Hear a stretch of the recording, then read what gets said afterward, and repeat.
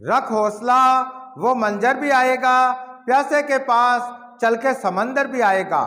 थक कर ना बैठ ए मंजिल के मुसाफिर, मंजिल भी मिलेगी और मिलने का मजा भी आएगा। नमस्कार साथियों, आर के प्रजापत चैनल में आपका हार्दिक अभिनंदन। आज का जो हमारा विषय है कक्षा 12 भौतिक विज्ञान फिजिक्स एनसीईआरटी का सिलेबस है और राजस्थान माध्यमिक शिक्षा बोर्ड अजमेर द्वारा संचालित कक्षा 12 की जो भौतिक विज्ञान की पाठ्य पुस्तक है, जिसका अध्याय नंबर है 6 वैद्युत चुंबकीय प्रेरण, जिसका अभ्यास प्रश्न है 6.5।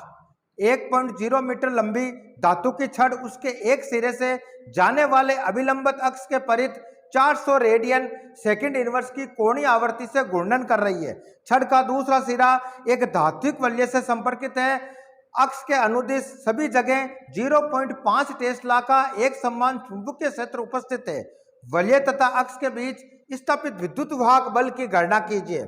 बहुत अच्छा क्वेश्चन है। नीट एग्जाम, बोर्ड एग्जाम तथा कंपटीशन एग्जाम की दृष्टि से अति महत्वपूर्ण है, इसलिए अच्छे से इसको समझना।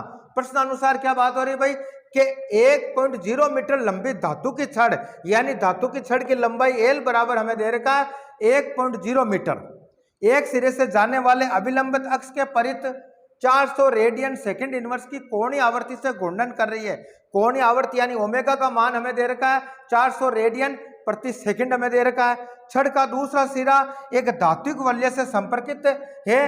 अक्ष के अनुदिश सभी जगह 0.5 टेस्ला का एक समान चुंबकीय क्षेत्र उपस्थित है, यानी एक समान चुंबकीय क्षेत्र का परिमाण यानी बी बराबर हमें दे रखा है 0.5 टेस्ला।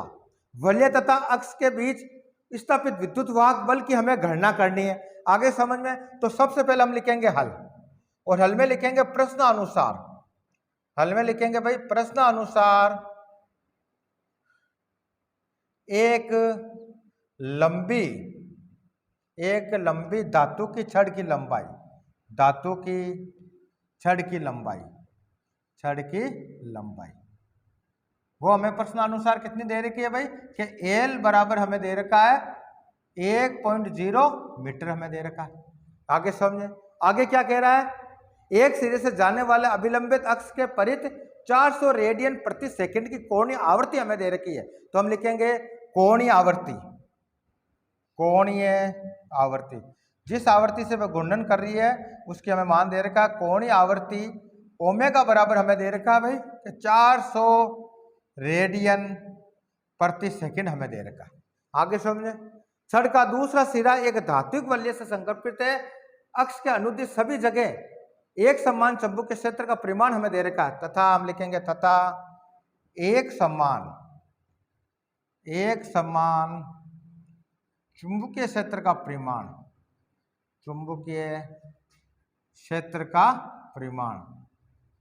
यानी ये हमें कितना दे रखा है, बी बराबर हमें दे रखा है 0.5 टेस्ला हमें दे रखा है। आगे समझ, आगे क्या कह रहा है, वलय तथा अक्ष के बीच स्थापित विद्युत वाहक बल की हमें गणना करनी है। तो हम लिखेंगे माना कि वलय तथा अक्ष के बीच स्थापित विद्युत वाहक बल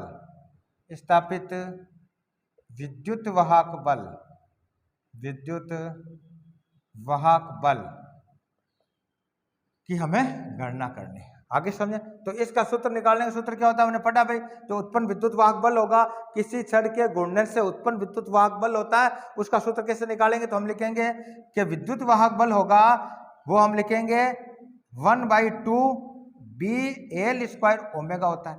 आगे समझे, तो यहाँ हमें बी का मान दे रखा है, एल का मान हमें दे रखा है और कोणीय आवर्ती ओमेगा का मान हमें दे रखा है। उसकी सहायता से उत्पन्न विद्युत वाहक बल या वलय तथा अक्ष के बीच स्थापित विद्युत वाहक बल की गणना हम कर सकते हैं। आगे समझे, तो इस संबंध में हम लिखेंगे मान रखने पर, क्या लिखेंगे भाई,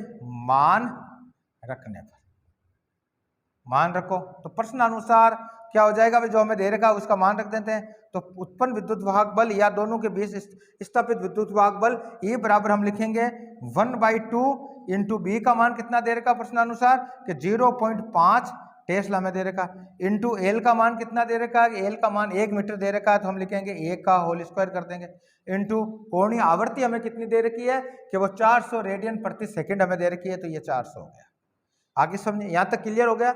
आगे इसको सॉल्व करेंगे तो क्या हो जाएगा भाई, तो प्रेरित विद्युत वाहक बल बराबर हम लिखेंगे 1/2 इंटू, अब इसका पॉइंट हटा दो तो क्या लिखेंगे 5/10 हो जाएगा। आगे समझे, इंटू 1 इंटू 1 हो जाएगा, इंटू 400 हो जाएगा। आगे यहाँ तक क्लियर, 1 0 से ये 0 कट गया, 2 से और कट जाएगा, 2 एक बार और ये 40 20 बार कट गया। आगे समझे, आगे सॉल्व करेंगे तो क्या हो जाएगा भाई, देखो तो ये हो गया 5 इंटू 1, 1 को 1 से करेंगे 1 इंटू 20, अब मल्टीप्लाई कर दो, 5 को 1 से किया 5 और 5 को फिर 20 से मल्टीप्लाई किया तो 100 ये आ गया 100। तो इस प्रकार जो इनके मध्य स्थापित होने वाला विद्युत वाहक बल होगा वो E बराबर हम लिखेंगे 100 वोल्ट। आगे समझे, तो बहुत अच्छा क्वेश्चन है, बोर्ड एग्जाम और नीट एग्जाम की दृष्टि से महत्वपूर्ण है और इस प्रकार के क्वेश्चन हर बार पूछे जाते हैं। आगे समझो आपके, तो इस सूत्र की सहायता से हम इसका जो लिख सकते हैं अतः वलय तथा अक्ष के बीच, तो हम लिखेंगे अतः वलय तथा अक्ष के बीच स्थापित विद्युत वाहक बल कितना होगा कि विद्युत वाहक बल 100 वोल्ट होगा, 100 वोल्ट होगा। तो इस प्रकार आज के वीडियो के अंदर हमने कक्षा 12 भौतिक विज्ञान का अध्याय नंबर 6 वैद्युत चुंबकीय प्रेरण का अभ्यास प्रश्न 6.5 को सॉल्व किया। कल के वीडियो के अंदर अगला क्वेश्चन सॉल्व करेंगे। धन्यवाद।